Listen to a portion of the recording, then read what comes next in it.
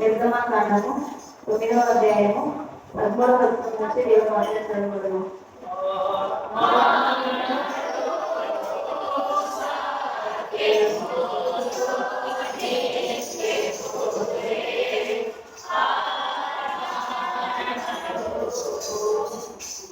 మొదటి పాఠంగా పరిశుద్ధులకు జరగడం నుండి నిర్గమకాండము 9వ అధ్యాయం నుంచి దేవుని వాక్యం చదవబడును.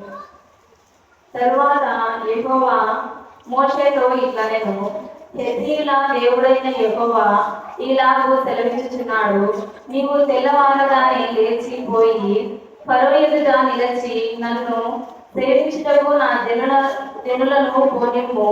సమస్త భూమిలో నా వంటి వారెవరూ లేరని నీవు తెలుసుకొనవలెనని ఈసారి నేను నా తెగులన్నీ నీ హృదయము నొచ్చినంతగా నీ సేవకుల మీదికి నీ ప్రజల మీదికి నీ పంపెదను. భూమి మీద నుండకుండా నీవు నశించిపోనట్లు నేను నా చెయ్యి చాపి ఉంటినేమి. నిన్నును నీ జనులను తెగులతో కొట్టివేసి ఉండును. నా బలమును నీకు చూపునట్లును భూలోకమంతటా నా నామమును ప్రచురము చేయునట్లును ఇందుకే నేను నిన్ను నియమించింది. నీవు ఇంకా నా ప్రజలను పోనీయనులక వారి మీద అతిశయపడుచున్నావు. ఇదిగో రేపు ఈ వేళకు నేను మిక్కిలి బాధాకరమైన వడగళ్లను కురిపించెదను. ఐగుప్త రాజ్యము స్థాపించిన దినము మొదలుకొని ఇది వరకు అందులో అట్టి వడగళ్ళు పడలేదు. కాబట్టి నీవు ఇప్పుడు పంపి నీ పశువులను పొలంలో నీకు కలిగినది యావత్తును త్వరగా భద్రము చేయుము. ఇంటికి రప్పింపబడగా పొలంలో ఉండు ప్రతి మనుషుని మీదను జంతువు మీదను వడగళ్ళు కురియును. అప్పుడు అవి చచ్చునని చెప్పుమనేది. ఫరో సేవకులలో యెహోవా మాటకు భయపడిన వాడు తన సేవకులను తన పశువులను ఇళ్లలోనికి త్వరగా రప్పించెను. అయితే యెహోవా మాట లక్ష్యము పెట్టని వాడు తన పనివారిని తన పశువులను పొలంలో ఉండనిచ్చెను. దేవుడి గ్రామం తీర్చున్నాడు.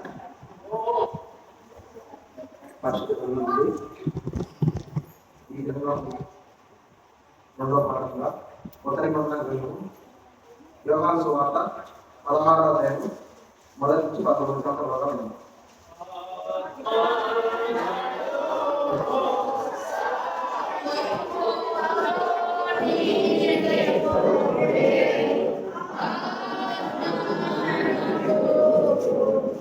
ఈ దినం రెండవ భాగంగా యోహాను సువార్త 16వ అధ్యాయం మొదటి నుంచి 11. మీరు అత్యంతరపడకుండా వాళ్ళని మీ మాటలు మీతో చెప్పుచున్నాను. వారు మేము సమాజ మందిరంలో నుండి వెలివేయరు. మేము ప్రతి వాడు తాను దేవునికి సేవ చేయుచున్నానని అనుకుని కాలం ఎత్తుతున్నారు. వారు తండ్రిని నన్ను తెలుసుకొనలేదు కనుక ఇలాగ చేయదు.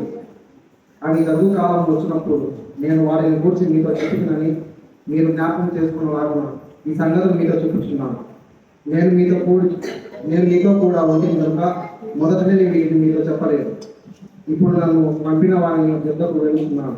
నీవు ఎక్కడికి వెళుతున్నావని మీరు ఎవరు నన్ను అడగటం లేదు, కానీ నేను ఈ సంగతులు మీతో చెప్పినందున మీ హృదయము దుఃఖంతో నిండి ఉన్నది.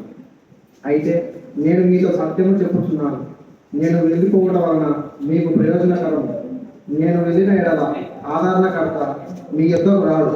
నేను వెళ్ళిన ఎడల ఆయన మీ యుద్ధకు పంపుడు. ఆయన వచ్చి పాపమును గూర్చి నీతిని గూర్చి తీర్పును గూర్చి లోకమును ఒప్పుకొన దేవుడు. లోకులు నా యందు విశ్వాసం ఉంచలేదు కనుక పాపమును గూర్చి నేను తండ్రిని యుద్ధకు వెళ్ళటం వలన మీరు నన్ను చూడరు కనుక నీతిని గూర్చి ఈ లోకాధికారి తీర్పు పొంది ఉన్నాడు కనుక తీర్పును గూర్చి ఒప్పుకొన దేవుడు. ఇచ్చటి వాక్యం సమాప్తం.